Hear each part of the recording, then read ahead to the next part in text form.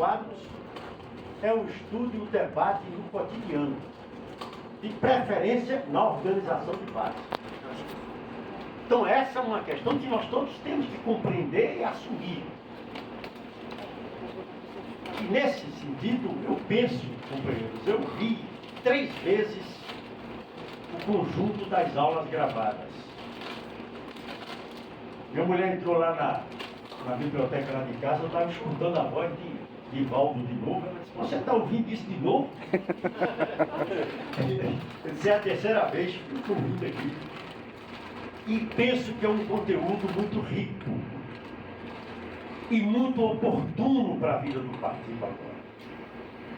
Mas, agora, por esses dias, nós divulgamos falas curtas de alguns quadros do partido a propósito desse livro de 100 anos depois da morte de Lênin. E o Walter Sorrentino fez uma fala bem curtinha, em que ele diz assim: o tempo do comunista é o tempo futuro. Nada mais simples e mais verdadeiro. E tudo a ver com os conteúdos que nós discutimos aqui nesse modo do partido. Tempo futuro em que sentido? Pelo papel que o partido tem. Nós somos um partido de uma classe cujo projeto histórico é a transformação da sociedade, é a superação da sociedade capitalista. Então nós lutamos no presente mirando o futuro. Por isso que algo sublinhado nas falas de Walter e de Divaldo, e aqui repetido durante o dia de hoje, merece a nossa atenção, porque ela é uma espécie assim, de fio para entendermos um conjunto de questões relacionadas com a teoria, com a linha do partido e com as nossas obrigações militantes, que é a luta pela hegemonia. Se vocês visitarem os sites dos partidos políticos no Brasil, e se não forem muito longe, visitarem só os dos partidos de esquerda, tá? Compararem com o do PCdoB, vocês são tomados certamente de um orgulho militante muito grande. Porque todos esses partidos têm um programa, até porque a lei partidária obriga que eles tenham um programa registrado no TSE. Mas é uma espécie assim de declaração de intenções, mais ou menos vagas, sem uma definição precisa. E quando vocês comparam com o programa socialista para o Brasil, aí vocês veem a diferença. Claro, é uma peça, é um texto que não se auto-explica. É uma síntese do pensamento programático do PCdoB. A explicação está espalhada em toda a literatura do partido, em artigos na Princípios, né? Em vários textos, livros, etc. Mas ali é o guia, ali é o norte, e é o conteúdo da nossa luta pela hegemonia na sociedade brasileira. Uma luta difícil, complexa, mas possível. Ali hoje, no intervalo, conversando com o Nivaldo, nós estávamos lembrando disso, o Nivaldo lembrando. O PCdoB é um partido pequeno, muito aquém das nossas necessidades. Não que o PCdoB venha se tornar o partido numericamente maior do país. Eu penso que isso, imagina assim, só na tomada do poder. Mas ele não precisa ser o maior. Lá na Revolução Russa, funcionava os soviets, que era o parlamento que brotou da Revolução Burguesa, antes da Revolução Socialista. Os bolcheviques só tinham 13% das cadeiras. Entretanto, dirigiram a Revolução.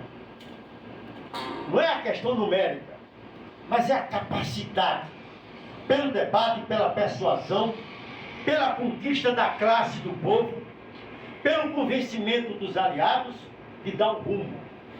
Nós tivemos recentemente no Brasil um demonstrativo disso muito importante. Ora, nós convivemos com o PT desde o nascedouro do PT.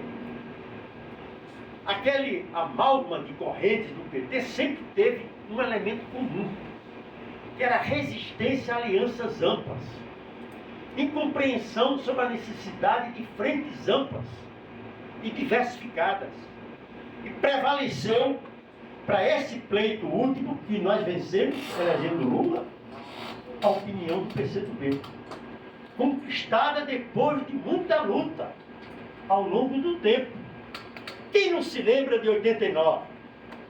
Eu me lembro que eu viajei o Nordeste todo com Lula, representando o partido. Quem não se lembra que nós fomos ao segundo turno e Lula declarou publicamente que não queria o apoio de Ulisses Guimarães. O Alani, o companheiro nosso da direção do partido, que milita conosco em Pernambuco, teve que ir ao Rio Grande do Norte, a Caicó, porque o PT em Caicó alugou um carro de som e dizendo, botando lá, que o PT não aceitava o apoio do MDB nem ninguém que não tivesse apoiado no primeiro turno. E evoluiu. Hoje Lula é um homem que compreende, como poucos, né? E exercita com muita habilidade esse esforço de agregar apoios, forças, etc. Então o programa do partido, eu repito, é uma síntese do nosso pensamento estratégico e tático. E é um salto de qualidade no processo de elaboração teórica e política do partido.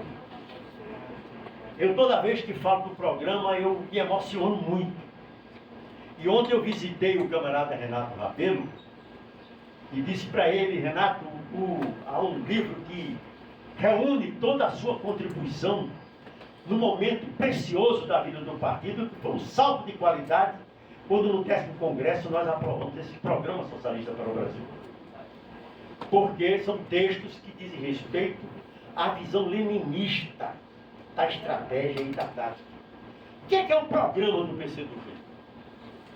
Resolveu, do ponto de vista teórico e prático, e ao fazê-lo, deu uma contribuição muito importante ao movimento comunista internacional, a meu ver. Resolveu o problema de como você aborda o objetivo estratégico através de uma tática consentânea com o nível da luta no momento.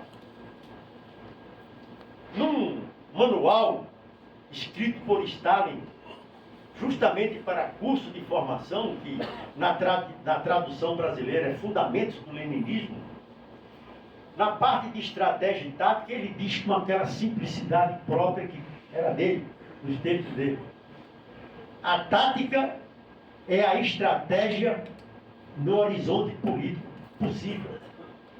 O programa do PCdoB expressa isso, porque reafirma o rumo socialista. E ficaria a pergunta: tudo bem, o partido quer o socialismo, mas como trabalhar até lá? E responde: o processo de acumulação de forças em função desse objetivo estratégico se dará através de um novo projeto nacional de desenvolvimento, cujo conteúdo está num conjunto de reformas estruturais, nenhuma delas de caráter socialista: a reforma agrária, a reforma urbana, a reforma tributária, a reforma do sistema educacional, a reforma da comunicação, a reforma política, a do judiciário, né? O fortalecimento do SUS, a constituição de um sistema único de segurança pública em defesa do cidadão. Todas são reformas de difícil conquista, difícil realização. Para alcançá-la será preciso muita luta. Lutas enormes, renhidas, envolvendo milhões de pessoas. Agora, uma vez conquistadas, terão o dom de propiciar uma elevação do padrão de vida material e espiritual do nosso povo, jamais visto na sociedade brasileira. Uma elevação do nível de consciência e de organização, que permitirá que milhões e milhões de brasileiros e brasileiras, tendo chegado ali, como é próprio do ser humano, deseje mais. E o que é o mais? É a percepção do horizonte socialista. Então, essa concepção do programa, esse conteúdo, nos arma para a luta pela hegemonia política na sociedade brasileira. Agora, não é simples. Que foi a aula de Nivaldo, aqui repetida, em síntese hoje. É que quais são as condições, o Walter diz lá, que a abordagem do partido não é atemporal, não é a histórica. Tem que se relacionar com o passado histórico, com o que se acumulou, mas tem que se situar no tempo presente, na realidade atual do mundo e do Brasil. Não é fácil, como vocês dois disseram, construir partido comunista em lugar nenhum do mundo. Até mesmo onde nós estamos no poder. Examine os informes aos congressos do Partido da China, por exemplo, e vejam o tempo gasto, os espaços dados aos problemas de construção do partido, do maior partido comunista da face da Terra, e que está no poder e realizando transformações, né, do nível que nós sabemos. Então não é simples. Aqui e acolá, ao longo da vida, como eu fui do movimento estudantil na década de 60, eu fui entrevistado por alunos de cursos fazendo TCC, ou por historiadores fazendo lá seus trabalhos, sobre a resistência à ditadura militar. E sempre, invariavelmente, surge uma pergunta. Uma pergunta que já vem com uma resposta tendenciosa de quem me pergunta. Diz assim: olha, o que o senhor acha? A juventude do seu tempo era muito melhor do que a juventude de agora, não é? Aí eu digo com toda sinceridade, como eu digo agora, que não, a de agora é bem melhor. Porque no meu tempo, na década de 60, no tempo de juventude, era subjetivamente, era simples escolher um lado. Mesmo aqueles que não foram para a clandestinidade, para a luta armada, etc., não é? Os que não interessaram nesse nível da luta, mas que permaneceram contra o regime militar. Era fácil escolher um lado. Hoje, quando eu me deparo com um jovem, como muitos aqui, eu penso assim: eis um herói, uma heroína. Porque a pressão sobre vocês, os apelos sobre vocês, de toda ordem, nós viramos o século vivendo a maior campanha de culto ao individualismo da história da humanidade. No entanto, vocês estão aqui. Milhares estão lutando nas suas escolas, nos seus ambientes, dos bairros, etc. Então são heróis, porque esses fazem a opção muito mais complexa. Vejam os trabalhadores. Como o Nivaldo citou aqui. Não é fácil. Nivaldo, você falando, eu me lembrei que em 70 e pouco, mais ou menos, houve uma expansão da parte fabril na Paraíba, algumas fábricas ali na periferia de João Pessoa e outras em Campina Grande. E eu fui lá na Paraíba, como da direção regional, na época pegava ali os estados do Nordeste, porque disseram: temos operários chegando no partido. Aí fui lá reunir com eles. Eles não se diziam operários, se diziam industriários. E essa semana eu vi uma reportagem na Rede Globo sobre os sinais de retomada da economia no Brasil e a expansão de emprego para certas categorias operárias. Nem o repórter, nem os empresários, ninguém falou em operários, em trabalhadores, falava em colaboradores. Colaboradores. Não é só a realidade concreta das mudanças no mundo do trabalho, na forma como se organiza e como se dirige a produção, né, das mercadorias. Há essa pressão ideológica violenta sobre os trabalhadores, dificultando que eles se entendam, se desculpam como classe. Então não é simples construir partido feito o nosso. O Amazonas sempre dizia o seguinte, que era a tarefa talvez mais fascinante e a mais difícil. mais difícil e a mais fascinante. Entretanto, nós temos esse elemento, essa referência, que nos orienta para a construção cotidiana. É simples? Não é. E não é simples também, porque nós trabalhamos, lutamos naquilo que nós chamamos de correlação de forças extremamente adversas. Essa onda de extrema-direita no Brasil é mundial. Como vocês dizem nas aulas, a própria forma partido é negada. Há uns anos atrás, não sei se 9, 10 anos atrás, eu representei o PCdoB numa conferência nacional de um partido chamado Frente de Esquerda, em Portugal. Tinha lá uns 30 e tantos representantes estrangeiros. O único que representava um partido era eu. Os outros todos eram da Europa, da América Latina, eram todos movimento isso, movimento aquilo, não eram partidos. Talvez se fosse o congresso do PCP, aí tivesse partidos. Mas então, isso não é simples, é uma tarefa urgente, uma tarefa hercúlea.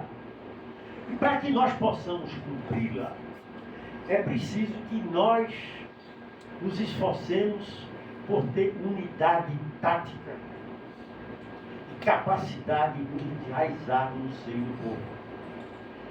Também não é simples. Tem um elemento aqui que eu coloco para vocês pensarem e para vocês observarem.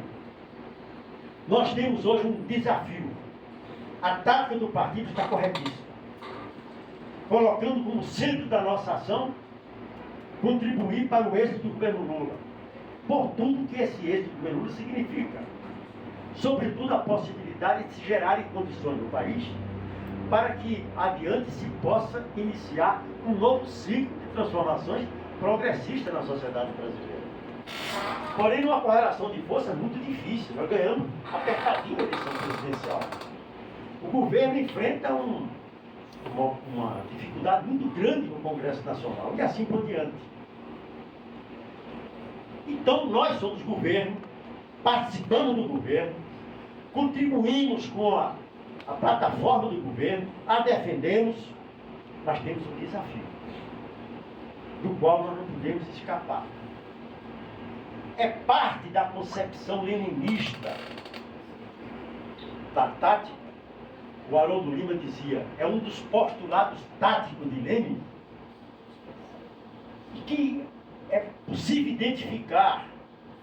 Primeiro lá atrás, nos anos 60, o partido minúsculo se reorganizando na clandestinidade, faz uma 6ª Conferência Nacional, aprova uma resolução, a União dos Patriotas para livrar o país da ditadura, da crise, da ameaça neocolonialista, propõe a frente a mais ampla possível, a frente de patriotas, envolvendo a burguesia, setores da burguesia, etc.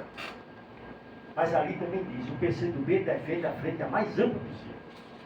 Entretanto, preserva a sua independência e sustenta o seu programa, a sua proposta programática. Essa relação entre a amplitude e a independência, entre a unidade e a luta, é um elemento irrecusável da concepção tática do Partido Comunista do Brasil. E olha o desafio de agora. O governo age fundamentalmente certo, mas muitas coisas o governo não faz o suficiente, porque a correlação de força não permite. Ou porque é um governo de frente e nem sempre é possível ter atores que consigam negociar, conquistar, formular o que é de mais avançado. Então nós defendemos o governo, apoiamos as decisões de governo, a nossa bancada apoia no Congresso Nacional, na Câmara, mas nós temos o dever de expor a nossa opinião própria também. Eu me lembro que o Lula, quando se acelerou a discussão da reforma tributária, numa das lives, conversa com o presidente, ele disse, aprovada essa reforma tributária, nunca mais se falará em reforma tributária no país. Aí eu dei uma modesta coluna toda quinta-feira no Vermelho. Aí eu disse, peraí, o presidente, eu não vou falar mal do presidente, mas eu vou afirmar o que nós pensamos. Aí fiz lá um arrazoado, porque a coluna é um texto curto, dizendo que era um avanço a reforma tributária, uma certa medida, etc. Porém, nós do PCdoB defendemos uma reforma tributária que tenha esses fundamentos. E transcrevi a emenda, quer dizer, o texto, o resumo que tem no programa do partido sobre a reforma tributária. Para sinalizar para as pessoas que nós pensamos adiante. E temos que lutar para gerar condições de avançar. E essa unidade, tá? São desafios assim que nós não podemos desconhecer.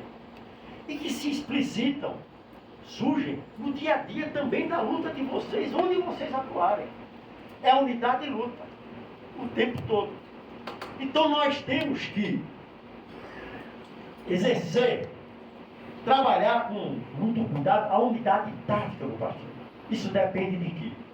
De direções compactas, tanto no nível do Comitê Central como dos estados, municípios, que estejam unidas pelo debate, pelo aprofundamento das questões, que exerçam regularmente, conforme estabelece o Estatuto, né, a sua rotina de reuniões destinadas a compreender melhor os problemas que se colocam e dar respostas, tanto no plano nacional como das áreas onde a gente atua.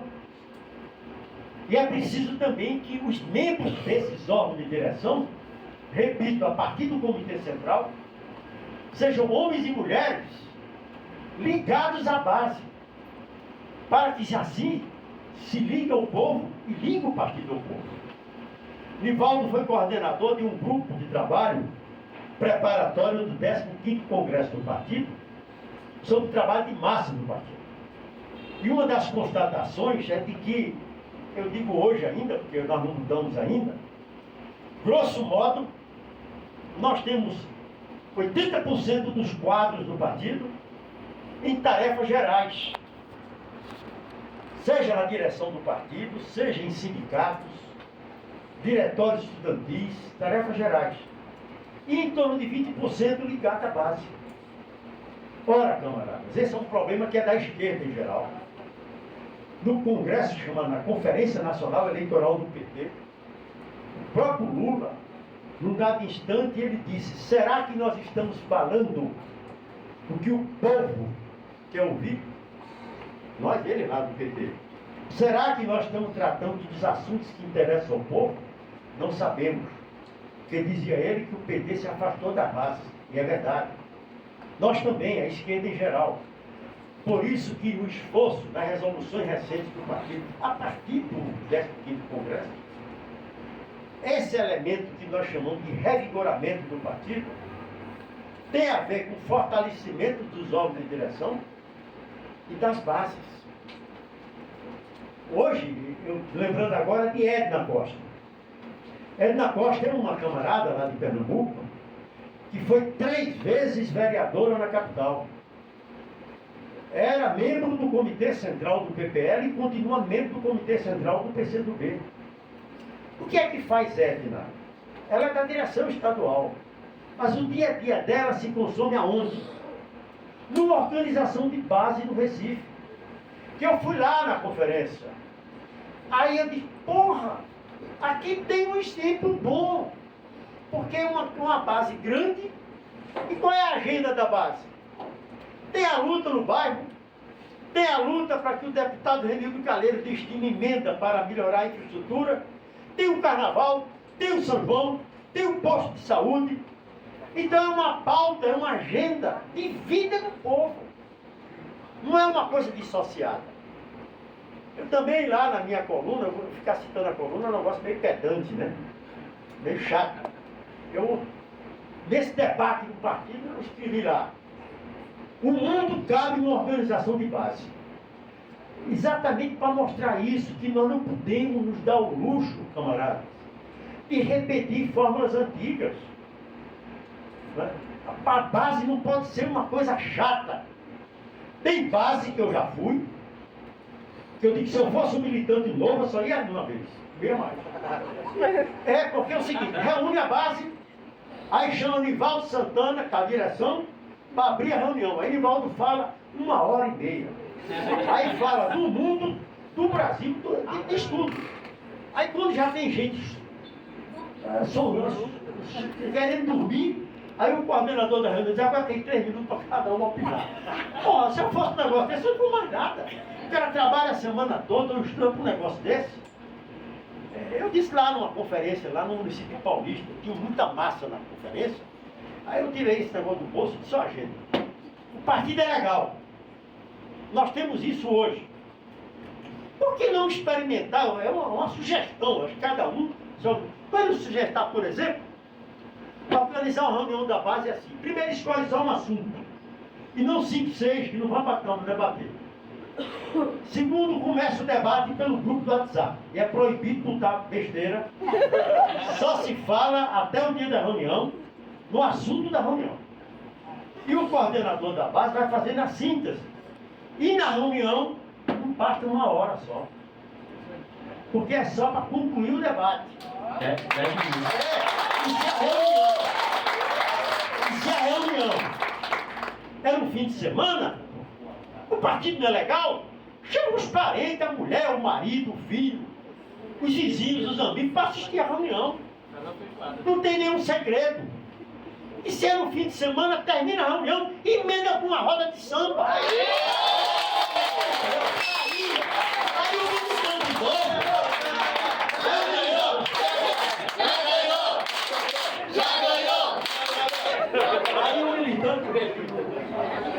Aí o militante que valorou, diz, porra, isso aqui é um lugar legal.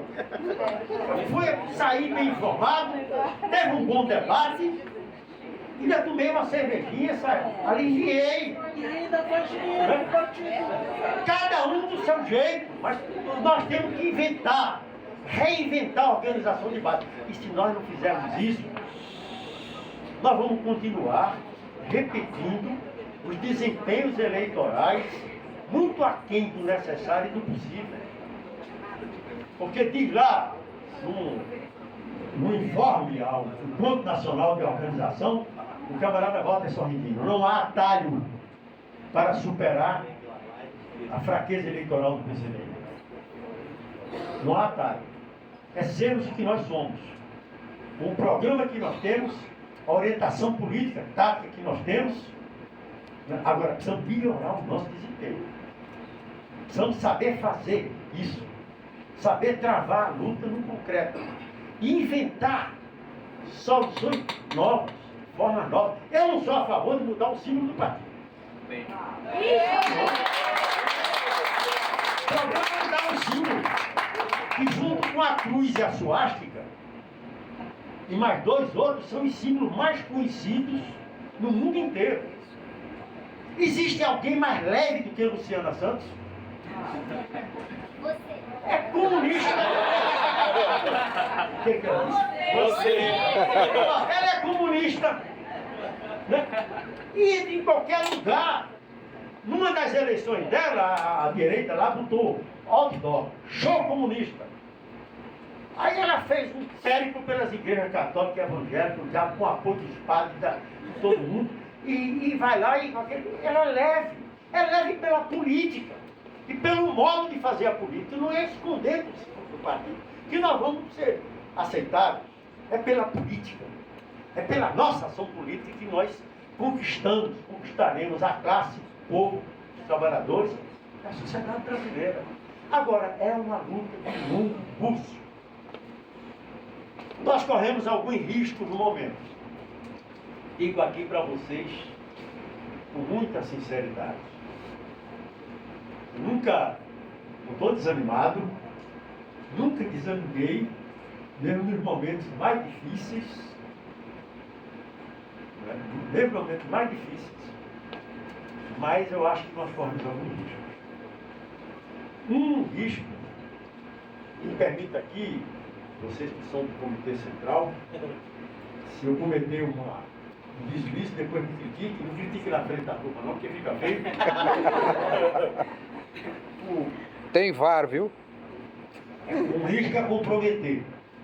a unidade das direções e a competência, a capacidade, coesão e de ação das direções através de uma espécie assim de anarquia é pesado demais, de desarranjo estatutário. Porque não consta no estatuto do partido, nem no regimento interno do partido, que entre uma reunião e outra, do pleno do comitê municipal ou do comitê estadual, é a executiva que responde pelo partido. Não é. É a comissão política. E vários comitês estaduais pelo Brasil afora, nos quais eu lido de vez em quando, a começar do que eu participo lá em Pernambuco, tem esse enfraquecimento das comissões políticas e um dia a dia tocado por uma executiva. Isso é uma desatenção para com a norma estatutária. E não é um problema burocrático. É um problema de competência, de democracia partidária e da capacidade do partido enfrentar seus desafios. Quer ver um outro risco? Um outro risco, camarada, é a resistência a aprender com o povo. Se cada um aqui olhar depois em casa, quietinho, pensando, até onde eu também estou enquadrado nisso, pode ser até que perceba. Porque não há maneira de a gente descobrir novas formas de luta e de organização e também descobrir novos modos de fazer a base funcionar se não for ligado ao povo e ouvindo o povo. Eu tenho assim um carinho, uma gratidão enorme por alguns dirigentes do partido. Cito aqui dois, João Amazonas e Renato Bateiro, porque eles eram homens de ouvir. Ontem eu disse para o Renato, você não sabe como você me ajudou a vida inteira, porque você sempre teve a paciência de me ouvir. Se a gente escuta, o povo vai descobrindo. Vejam, por exemplo, movimento comunitário, que eu não sei se tem alguém que atua no movimento comunitário, mas que eu vejo, pelas reuniões que eu participo por aí afora, é que o povo vai criando novas formas. Coletivos, coletivo de gênero, coletivo de cultura, coletivo disso, daquilo, para além de conselhos e associações de moradores, que nós não estamos participando. Por quê? Porque não estamos lá. Estamos lá, é preciso viver, é preciso não só lutar junto, ou tentar lutar junto, mas viver, se divertir junto com o povo. Então, ter a paciência de aprender com o povo é absolutamente necessário nesse momento. É um risco que nós corremos também. Se nós não mudarmos a atitude, nós não resolveremos esse problema de revigorar o partido através de renovação dos seus vínculos com o povo, através das organizações de base. Quer ver um outro problema que eu sinto? Eu não sou aqui nada diferente, mas eu fui eleito 2 vezes deputado estadual, 1 vez vereador, e ainda participei dessa aberração, que é ter sido 16 anos vice-prefeito do Recife. Aí não votava em mim, votava nos prefeitos. Mas nas vezes que dependia do voto, eu nunca dei nada a ninguém. Para dizer que eu não dei, porque eu terminava toda a reunião, onde fosse, na classe média, no povo, onde fosse, na periferia, agradecendo a atenção e dizendo que ninguém ali tinha obrigação de votar em mim. Porque eu não prometia tijolo, emprego, nada. Que alguém ali daquela reunião tinha um compromisso, era eu. Depois da eleição, voltar e perguntar quem quer lutar. Eu não vou perguntar quem votou em mim, eu quero perguntar quem está disposto a lutar. Aí, de um dos lugares, chegou lá no comitê uma senhora com a foto de um filho paraplégico, com dificuldade respiratória e com um nebulizador quebrado. Uma miserável. Aí disse, doutor Luciano, não tem dinheiro para comprar, o senhor é médico, sabe que ele precisa. Ainda mais eu fui pediatra, já pensou? E era uma criança. E agora, né? Eu disse para ela, me dê seu endereço. Eu não vou lhe dar, porque eu não posso. É inclusive crime eleitoral. Eu me constrangeria de lhe dar esse aparelho e a senhora imaginar que vai ficar me devendo um voto. Agora eu vou fazer uma vaquinha com os amigos aqui e um amigo vai levar na sua casa. Então, será uma contribuição coletiva. Eu me lembro disso. Nunca ninguém foi pedir emprego a mim que não tenha saído com uma discussão sobre emprego. Tanto no gabinete parlamentar como na prefeitura. Então o risco de nós nos acomodarmos ao voto conquistado por outros meios. Não dá para ser totalmente assim. Tem situações lá que você tem poder, tem espaço no governo, às vezes agindo, por exemplo, o deputado federal que tem as emendas e tudo aquilo, tem uma retribuição, mas tem que ter limite e não pode substituir o trabalho político. Esse é um risco também que nós corremos. Eu sinto isso cada vez mais. E a prática tem demonstrado que não é um atalho que resolve os problemas do PCdoB. Não é um atalho que resolve. E finalmente, eu acho que é um risco do acomodamento. Deixa eu dizer melhor o que é que eu estou dizendo. A pior coisa para um militante é a rotina. A pior coisa para o militante é ele achar que já basta. A pior coisa é ele achar o seguinte: como eu não estou sozinho, estou no coletivo, a atividade não foi tão boa, mas é responsabilidade de todos nós. O militante ele tem que estar disposto cotidianamente a questionar, a perguntar, a opinar, a provocar a discussão e a se perguntar se tem que ser daquele jeito ou não tem outro jeito melhor. Esse é um risco que nós corremos, eu sinto muito isso, um certo acomodação ao que está estabelecido e não é possível. Eu vejo, por exemplo, quadros dirigentes intermediários do partido, jovens ainda, envelhecidos precocemente. Envelhecidos precocemente porque aprenderam a fazer de um jeito e só fazem daquele jeito a vida inteira. O mundo muda, pô. O mundo muda. As condições de trabalho e de vida dos trabalhadores mudam. Hoje essa desgraça aqui é terrível. Vocês todos aqui, nós todos somos constrangidos a uma bela comunicação instantânea, de segundos, e um vício de olhar, não ler e passar adiante. Mas é copiar, colou e mandou. Parece que é uma espécie assim de quadro de aviso no corredor de uma escola, com espaço suficiente para você botar um recorte de jornal, um negócio que nem olha se o outro já mudou. Então, como que forma que dá ao povo a conhecer os fatos e informa essa comunicação digital instantânea que nós não resolvemos ainda. Nem nós, nem o PT, nem o governo.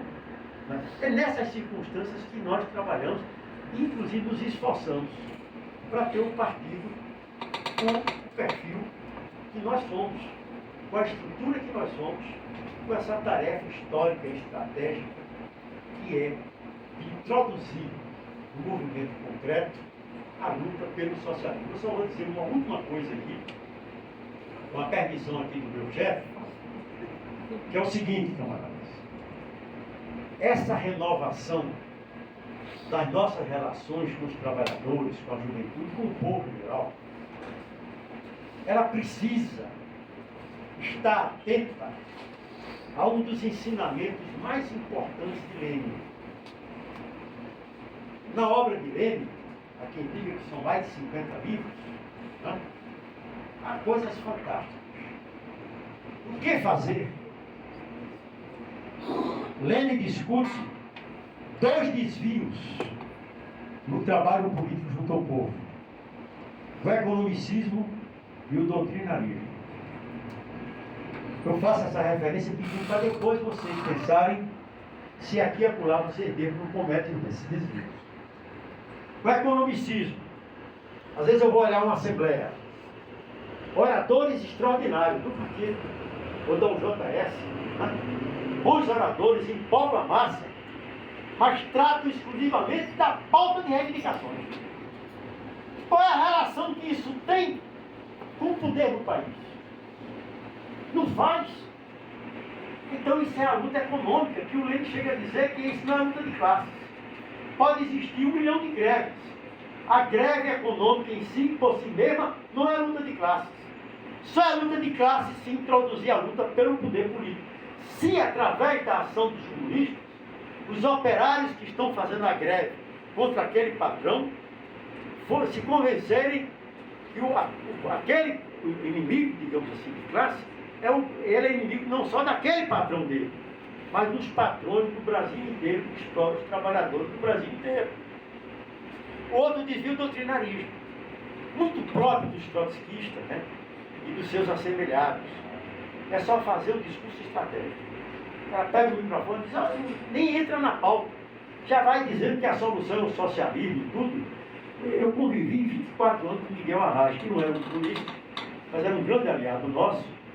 E nessa mania de prestar atenção aos outros e estudar, Arraes era um fenômeno pelo seguinte: quem o conheceu sabe que ele tinha uma péssima dicção, falava baixo, para dentro de si mesmo, e falando para 40, 50 mil pessoas, era um silêncio, um imenso, para ouvi-lo.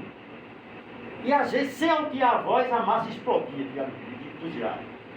Com a argumentação dele. Por quê? Porque Arraes ouvia o povo. E Arraes nos dava uma lição, eu brincava com ele, andou lendo o que fazer, né? Porque ele dizia que tinha lido a obra de Mao Tse-tung todinha e ia provar que não tinha lido.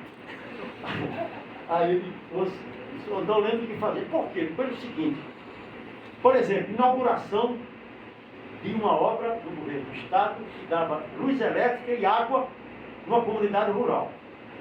Público, trabalhadores rurais semiletrados ou analfabetos. Fala o governador, dizendo da importância da luz, da água. Agora vocês têm a luz que puxa água, não vão mais votar em quem traz o carro-pipa, vocês vão votar em quem quiser. E esse problema da energia, aí saía por ali numa linguagem simples, daqui a pouco ele estava no Oriente Médio. Estava denunciando os Estados Unidos da América do Norte, que semeava guerras pelo mundo afora em busca das fontes de energia. E depois ele ia voltando, e encerrava de novo naquela melhoria para a comunidade. E ele me ensinou uma coisa engraçada, porque a gente conversava o principal e depois ficava batendo papo sobre coisa. Aí ele disse uma vez para mim assim, disse, olha, eu sou feito homem da coisa, é que eu sou feito camelô, né?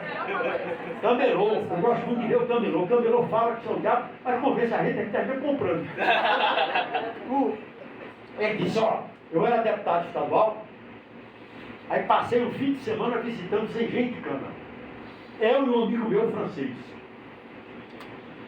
No domingo de noite, na minha casa, o francês tirou um papelzinho do bolso e disse, Miguel, o nome dos engenhos.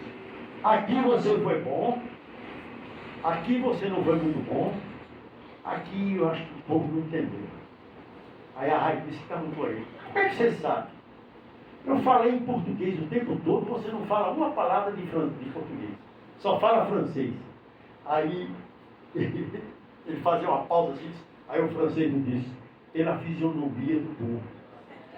Aí ele virou para mim e disse, ó, se com 4 minutos, quando você estiver falando, ninguém fizer assim, ou encerre ou mude o roteiro. Por isso que, quando eu comecei a falar, eu vi vocês fazendo assim, eu vou por aí. Eu vou por aí. Mas era o seguinte, era preciosíssimo. Ele chega do exílio, aí pega uma lista de coisas que ele pediu para a gente ajudar. Ele queria conhecer, por exemplo, Vila de Coab, que não tinha na época dele. E tinha uns nomes lá. Entre eles, um trabalhador rural da cana, que eu conheci na cadeia. Ele era do PCB e nós recrutamos para o PCdoB, né? Já falecido agora. Joaquim Camilo, que tinha sido importante no famoso acordo do campo quando a Rádio era governador. Aí ele, Camilo, está vivo, é do PCdoB. Eu queria conversar com ele. Aí dei o endereço a ele, combinei com o Camilo e tudo. Ele foi um sábado lá. No dia seguinte, Camilo veio falar com a gente e disse, eu gostei muito, achei estranho, mas o doutor Arraes foi lá em casa com Dona Madalena, a mulher dele. E nós passamos uma tarde inteira, do sábado, debaixo do pé de jambo. Ele não falou quase nada, agora perguntou o tempo todo. Perguntou o tempo todo. Isso é um exemplo. Não é um revolucionário. Mas esse contato com a população. Eu estou terminando, eu fico bem ligado e quero dizer coisa. Esse negócio de se ligar ao povo. Quando eu cito aqui acurar uma coisa que eu participei, não é para me vangloriar não, porque com esse tempo todo de militância eu já fiz tanta coisa errada, tanta besteira. Eu já disse aqui que eu devo ao partido e à minha mulher, né? De vez em quando o Luci diz para mim assim, olha, faça mais isso não, mano. Você entrou mal naquela conversa ali, não deu muito certo. Aí você veja, um cara ser 16 anos vice-prefeito numa capital de Pernambuco, foi 8 anos de uma vez, depois 8 anos. Qual é o risco? Perder o contato com o povo. Sem contato com o povo, esse amigo de vocês aqui não vale nada. E eu era um vice-prefeito muito atuante, porque os prefeitos me chamavam para governar com eles. Então eu fazia o possível para ir na rua. E inventei uma coisa. Quando ia no bairro, quando me dava a palavra, depois do pessoal esculhambar, elogiar, né, reivindicar, quando eu começava a falar, eu agradecia a atenção, e antes de opinar, eu tirava isso do bolso. Dizia, gente, isso aqui é o seguinte, é o único celular que eu uso, é o meu pessoal. Quem quiser, anote o número. E tudo que achar errado na cidade ou aqui no bairro, qualquer assunto, manda uma mensagem para mim que nada fica sem resposta. E nada ficava. E nós resolvemos muitas coisas da população dessa maneira. Agora, nada ficava pelo seguinte, porque eu despachava com a equipe boa, eu respondia. Seu Nivaldo, acabei de ver sua mensagem. O Coronel Antunes, o fulano que está usando aí na grande, vai entrar em contato com o senhor. Eu fazia de viva voz, o vice-prefeito falou comigo. Quem vai falar é uma pessoa para dizer sim ou não. Né? Sabe qual é o problema? É que já faz mais de 3 anos que eu não sou mais vice-prefeito. Eu não sou nada. Eu estava ali no intervalo olhando as mensagens. Posso mandar o currículo do meu filho? Vejo o vídeo, o alagamento na várzea. Tem uma aqui, alagamento na várzea. E ela não tem mais equipe, eu trabalho só, e não tem poder. Aí o que é que eu faço? Eu respondo, Dona Maria, mas a senhora sabe, eu não sou mais da prefeitura, não participo do governo, né? Mas eu fico muito honrado da senhora ter se lembrado de reclamar a mim. Eu vou encaminhar para a vereadora Cida Pedrosa, é um gigante. Aliás, eu sou da equipe dela também, mas eu sou da equipe por outro jeito, não é para tratar dessas coisas. Aí, e que vai dar um tratamento. Mas ficou essa herança de uma porrada de gente que tem no telefone, mas era uma forma de saber o que o povo está pensando, o que o povo está sentindo. Sem povo, eu termino aqui. Era bom ter... Quem conhece, quem vai debater um pouquinho. A minha mulher que é arretada. Desculpa eu estar fazendo falar tão bem dela. Na pandemia só tinha reunião de videoconferência, né? Aí ela atuou muito tempo em Olinda, não está mais em Olinda.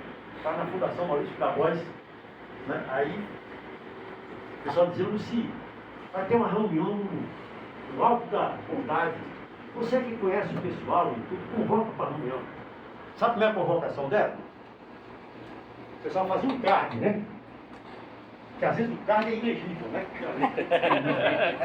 Aí ela faz assim, né? Dona Fulana, eu estou lhe mandando um cartazinho convocando para uma reunião da nossa base aí. Me diga se recebeu. Aí chega próximo da reunião, eu ligo de novo. Olha, você recebeu? Não respondeu ainda e tudo? Eu estou repetindo, a reunião vai ser em tal lugar, etc.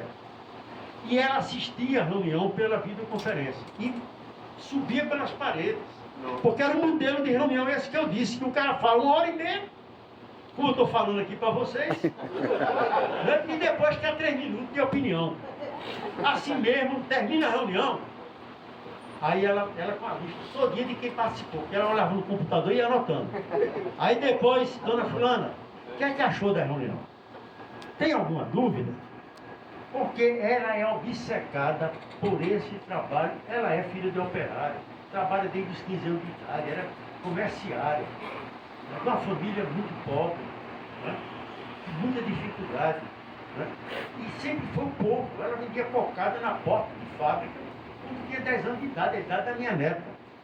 Então ela sabe que o povo tem que conversar. Pode ser o discurso só. Mas é isso, gente. Eu queria debater um pouco mais com vocês.